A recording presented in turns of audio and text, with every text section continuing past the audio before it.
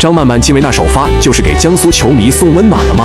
王思雨含蓄没上，3巨头加2强力外援，四川女篮的比赛不用看输赢了，只猜能赢多少分就可以了。江苏女篮今天晚上已经很不错了，跟四川这些大腕打球，心里多少有点紧张。还有四川队板凳深度太深了，他们现在可以分成2队，同时对付2个队都不会有问题。